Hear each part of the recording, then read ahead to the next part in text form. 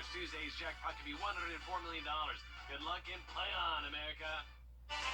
Winter-like temperatures are back. We'll have a below freezing Saturday morning, but a lot of sunshine, followed by a quick warm-up as we go into next week. I'll have all the details coming right up.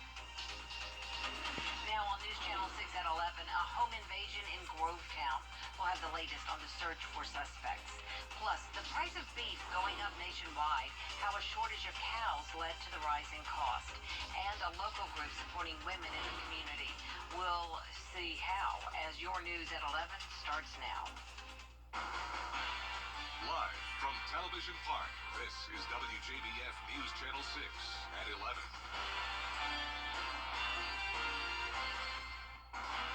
Good evening, everyone. Thank you for joining us. I'm Jenny Montgomery.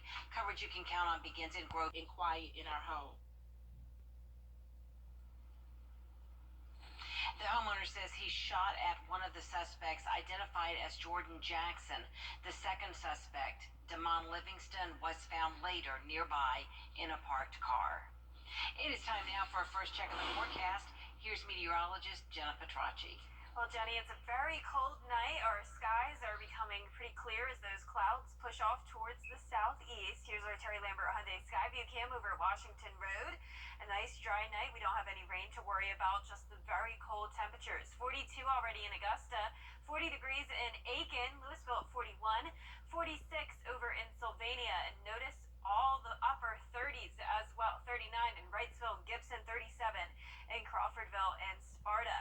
And because of the warm temperatures yesterday, it is feeling much, much colder than that. Notice our temperature change showing a 27 degrees colder in Thompson, 28 in Sparta, 20 degrees colder in Augusta. So the north wind is helping to bring in those colder temperatures. It's also very windy outside still, sustained winds at 15 miles per hour in Augusta, 12 in Waynesboro, 9 in Aiken, 6 in Barnwell, and the wind gusts are up to 20 miles per hour. So when you factor in that wind, it's feeling like the 30s pretty much for the entire CSRA. Feeling below freezing, in fact, along our western counties from Washington down to Sparta, even into Gibson and Thompson, feeling like 31 degrees. Dew points continue to fall. We're seeing a lot of mid-20s right now. We have high pressure taking over the area, and the clouds are pushing off. So only from Augusta down towards the south, that's where we're still seeing those lingering clouds. Other than that, now starting to clear out. So the cold front is now out to sea, bringing the rain and clouds with it. For Saturday, we don't have to worry about any rain, a lot of sunshine. Temperatures will be starting out at that 30-degree mark, only making it into the upper 50s. So similar afternoon temperatures to today.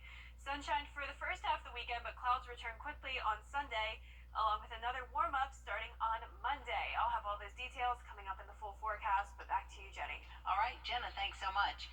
The new Goodwill store in North Augusta is now open for business. They had a ribbon-cutting ceremony today. The store is located in the same shopping center as Belk. The store features more than 18,000 clothing items and accessories and thousands of household items. So this has created 30 new jobs. We still have 5 more positions we're trying to fill. And then the money that is raised here is actually invested in building a career center in the back of this building. You can see pictures of it. That career center will offer all kinds of career counseling, aptitude interest testing, short-term certification programs, and job placement assistance. This is the 17th Goodwill store in the Metro Augusta area. Several cities across the CSRA will soon see some major federal funding for affordable housing. The other meeting dates and times can be found at WJBF.com. A local group is donning t-shirts and lacing their bedazzled tennis shoes to spread breast cancer awareness year-round. The group Reduce Your Risk holds a breast cancer awareness walk the third Saturday of each month, with the goal being a support system for those who need it. We formed this group to really support women, not only in educating them on how to prevent breast cancer, but also supporting those that need support. I was just really lucky that my family was there with me, but a lot of women that we come across don't have family. The group's next walk is this Saturday, February 18th at 10 a.m. at the Thompson Housing Authority. For more information, you can go to our website, WJBF.com. Female veterans don't have enough access to life-saving mammograms, according to some lawmakers. Now, a bipartisan group is asking the VA to expand access to the screenings, especially in rural areas. Hannah Brandt has more. In the fight against breast cancer, this is a phrase you've probably heard before. Early detection saves lives. But Senator John Ossoff says in his conversations with female veterans, he's learned that the delays in access to mammography services are really significant, and that's scary. That's why he's one of the senators calling on the Department of Veterans Affairs to expand access to mammograms for veterans. The push is bipartisan and includes Republican Senator Marsha Blackburn. 1 in 8 women will experience breast cancer in their lifetimes, and the number is higher for our female veterans. This effort comes after Congress passed legislation last year requiring the VA to improve its breast cancer screening services. That was a necessary step. What we need now is for the VA to step up and expand access. Specifically, Senator Ossoff says the VA should bring screenings to rural communities. We have the ability now to deploy mammograms via mobile units in trucks or trailers to get out into rural areas. The VA needs to be looking seriously at that. And he wants them to improve the way they refer patients to other healthcare centers. There are often delays and red tape associated with those referrals. When it comes to mammography, those delays can literally cost lives. And the senators say they're going to keep pushing the VA to make changes until these women have the opportunity to have mammograms as needed. In Washington, I'm Hannah Brandt. Coming up, the MCG State of the College address. Some of the highlights from Dean David Hess's address on the future of MCG after the break. I feel safe. Travel trailers, fifth wheels, and more. These savings won't last long. Hurry to John's RV. Now, a Blue Compass RV company. The live Viper 6 Skyview Network, sponsored by Terry Lambert Hyundai. Now, your most accurate forecast with WJBF Live Viper 6. Happy Friday. It was a pretty chilly day. We had windy conditions all day long, and now the temperature is continuing to drop. It will be freezing by the time we wake up tomorrow morning. Here's our Terry Lambert Hyundai Skyview Cam in downtown Waynesboro. Nice dry roadways, no rain to worry about for tomorrow morning. Clear skies right now. 42 degrees with a northwest wind of 15 miles per hour. We're seeing the upper 30s in our western counties where the skies are really starting to clear out. 37 in Sparta and Crawfordville, 39 in Lincolnton and McCormick, 41 in Edgefield, still seeing those mid-40s from Barnwell over into Sylvania. Winds are coming in from the northwest, 9 miles per hour in Aiken, 15 in Augusta, 10 in Waynesboro, 12 in Louisville, and gusts are still up to 20 miles per hour.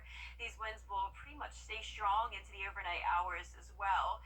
Wind chill values are into the 30s, below freezing in Washington, Crawfordville, and Sparta, feeling like 31 degrees, and Thompson and Gibson, 34 in Aiken. So if you're headed out late tonight, definitely bring a big jacket with you, and same story for your Saturday and Sunday morning. This cold air will be sticking around. There's the clouds pushing towards the south of Augusta now, bringing the rain with it as well. Rain is now out to sea along with the cold front, and high pressure is moving in. Now this high pressure is what's generating that northwest wind, pumping in all the cold air, giving us a winter blast this weekend. But then as we go into the last week of February, we'll be warming up significantly, above average temperatures across the two-state, and we'll be seeing some 80s before we know it. But for the weekend, upper 50s on Saturday. Sunday will be in the mid-60s, so definitely warming up a little bit, but our mornings will both be in the low 30s. Much warmer down in Florida. Daytona 500 forecast, 76 degrees, just some isolated showers.